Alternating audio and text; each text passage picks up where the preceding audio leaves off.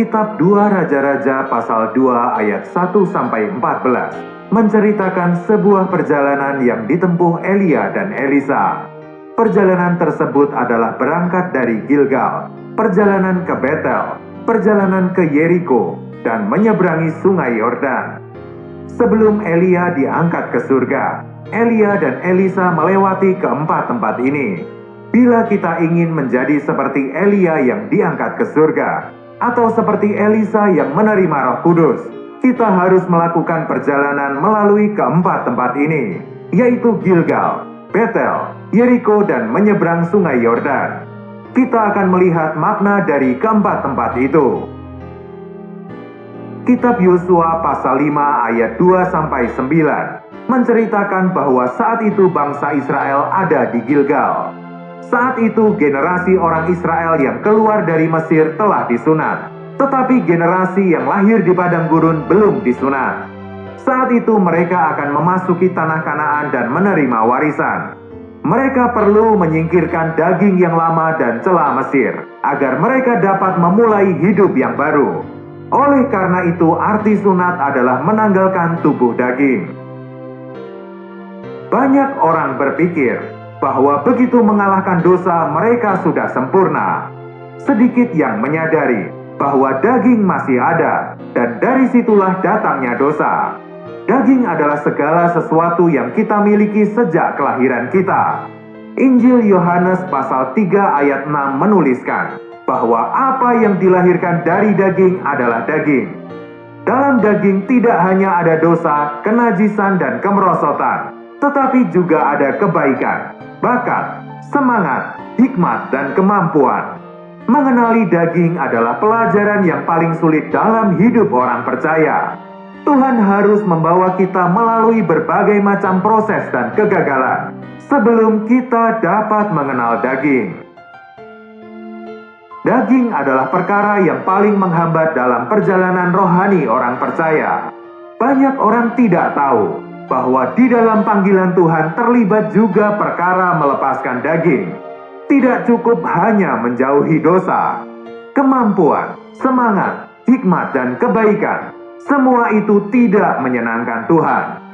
Di mata Tuhan, apa yang kita anggap baik menurut daging semuanya harus ditolak, harus diletakkan di dalam kematian dan dihakimi.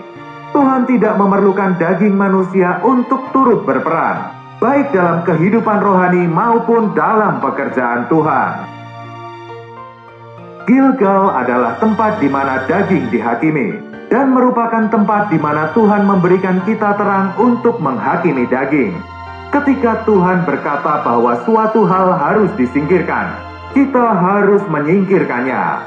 Kita harus mulai dari Gilgal, harus menolak daging. Hal ini bukan masalah seberapa banyak yang harus dipotong, tetapi masalah menghakimi daging. Kesalahan orang hari ini adalah terlalu memperhatikan semangat, perbuatan baik, dan pekerjaan, tetapi mereka lupa untuk menolak daging. Sangat penting untuk menghakimi daging dengan cara Tuhan menghakiminya. Menolak daging adalah jalan dan tujuan yang tepat dari kehidupan rohani. Semua orang yang belum berangkat dari Gilgal belum memulai perjalanan rohaninya. Boleh jadi mereka bersemangat, rajin bekerja, dan penuh sukacita, tetapi mereka tidak benar-benar mengenal kehidupan rohani. Sekarang kita akan membahas tentang Betel. Apa yang dimaksud dengan Betel?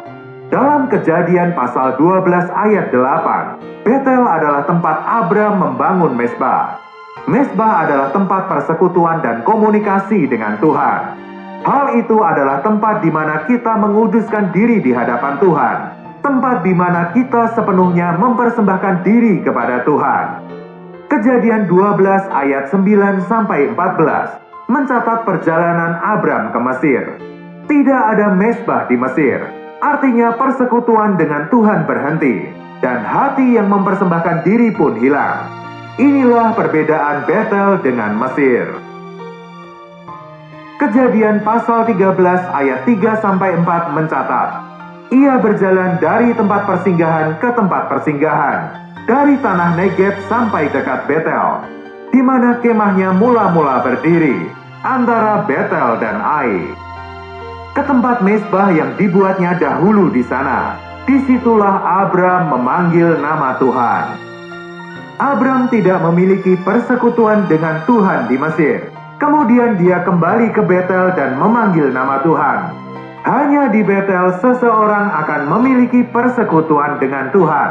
Dan hanya di sana orang itu akan menguduskan dirinya di hadapan Tuhan. Gilgal mengacu pada kemenangan atas daging, sedangkan Betel mengacu pada kemenangan atas dunia, karena Mesir melambangkan dunia. Kemenangan atas dunia adalah syarat untuk terangkat dan menerima kuasa Roh Kudus. Kita harus hidup sedemikian rupa agar dunia tidak dapat menyentuh hati kita.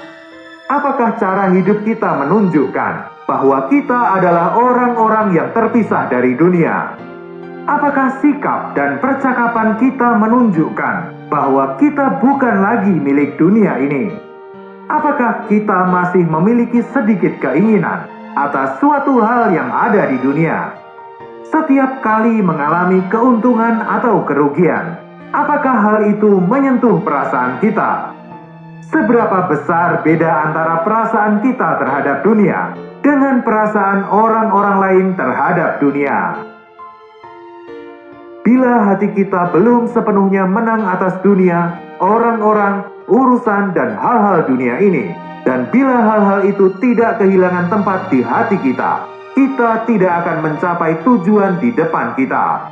Bila seorang percaya benar-benar damba dipenuhi Roh Kudus dan damba untuk terangkat, dia harus membayar harga untuk menempuh jalan Tuhan, yaitu melakukan perjalanan ke tempat di mana Tuhan dapat memberikan rohnya.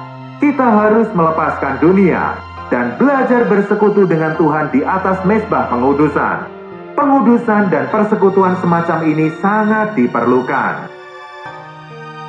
Tidak ada kelaparan di Mesir, tetapi di tanah Kanaan cukup sering terjadi kelaparan. Hal ini memberitahu kita bahwa tidak ada kelaparan di dunia, tetapi di jalur ketaatan pada Tuhan, ada saat-saat kelaparan yang tidak dapat dihindari. Di dunia ini tidak ada cobaan, tetapi di jalan ketaatan penuh dengan cobaan. Inilah jalan yang harus dilalui untuk terangkat dan menerima kuasa Roh Kudus. Meskipun demikian, seberat apapun cobaan yang ada, bersama Tuhan selalu ada jalan keluar. Kita harus setia dan waspada. Bila tidak, dalam sekali terjatuh kita akan menemukan diri kita ada di Mesir.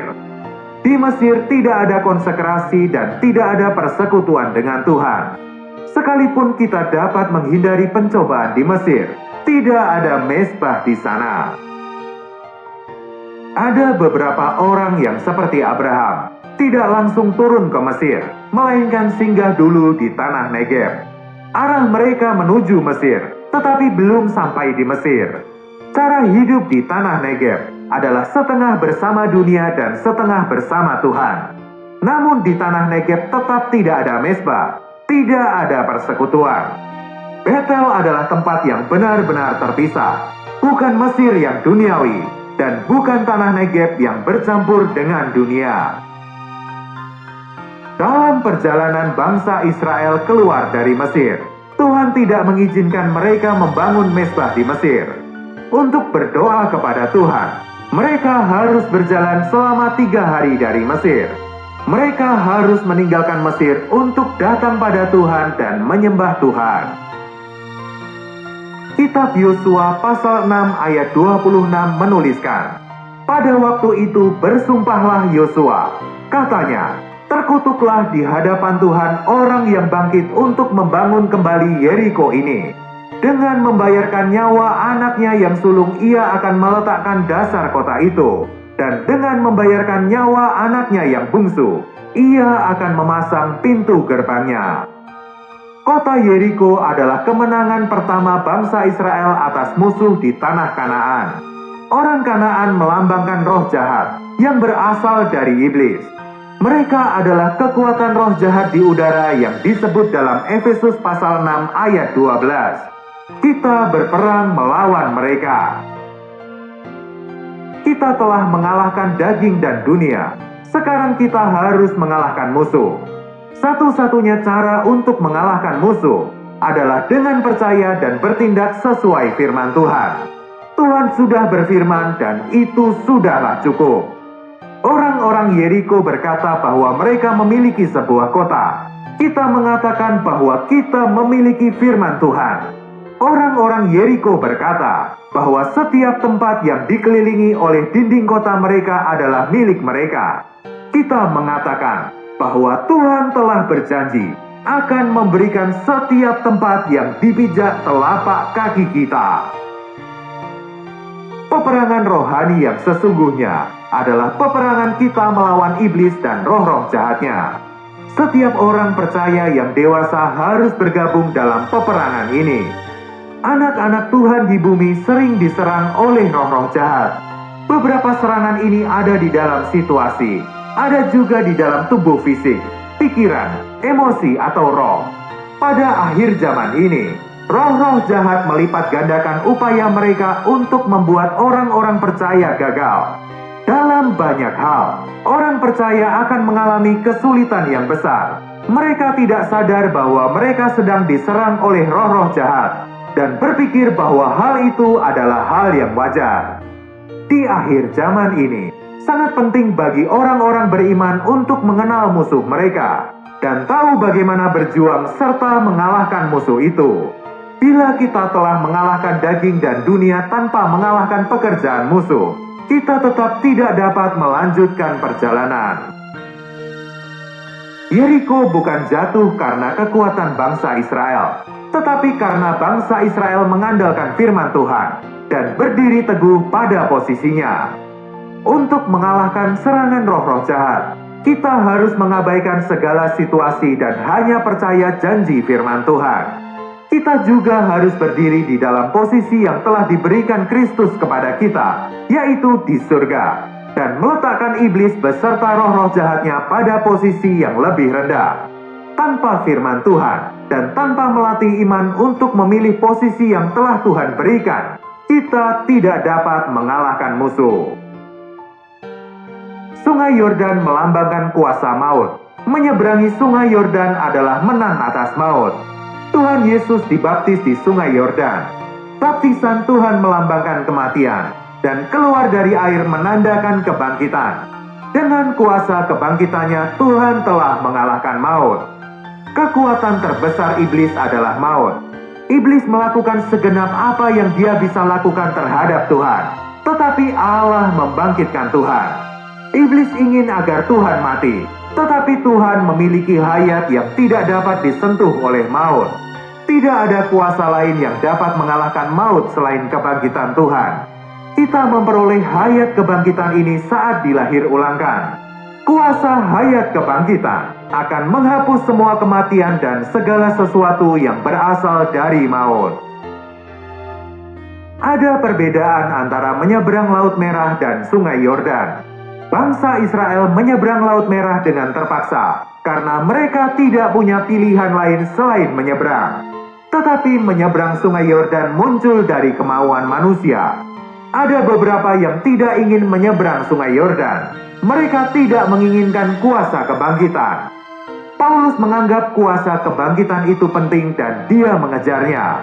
Banyak orang yang telah dibangkitkan bersama Tuhan, namun mereka belum mengenal kuasa kebangkitan Tuhan. Oleh karena itu, mereka tidak memiliki pengalaman mengalahkan maut. Saat ini, ketika pengangkatan sudah dekat, musuh terakhir yang harus dikalahkan oleh orang percaya adalah maut. Baik itu kematian tubuh, kematian pikiran, atau kematian rohani. Semuanya harus dikalahkan.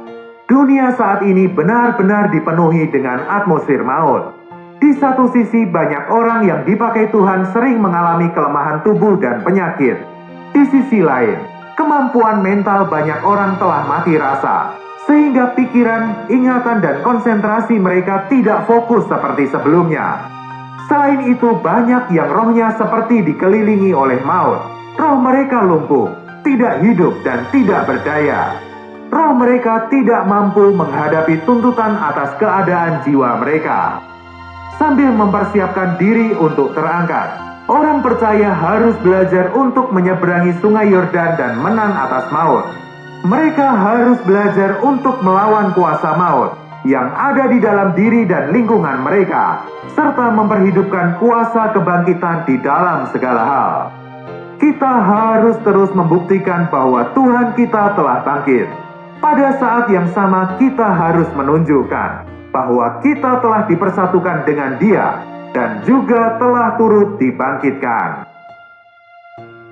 Bila kita damba untuk terangkat seperti Elia dan menerima Roh Kudus seperti Elisa, kita harus mulai berjalan dari Gilgal sampai menyeberang sungai Yordan. Roh Kudus hanya dapat turun ke atas mereka yang penuh dengan hayat kebangkitan. Kita tidak boleh berpikir bahwa karena kita telah dilahirkan kembali, maka kita pasti terangkat. Tuhan tidak dapat mengangkat mereka yang tidak siap. Kita harus berjalan melewati Gilgal, Betel, Yeriko, dan sungai Yordan seperti Elia, agar kita dapat terangkat. Sekarang kita harus menempuh perjalanan ini. Kita harus mulai dari Gilgal, dan terus berjalan sampai menyeberang sungai Yordan. Tuhan sedang menunggu kita di sana. Tuhan memberkati.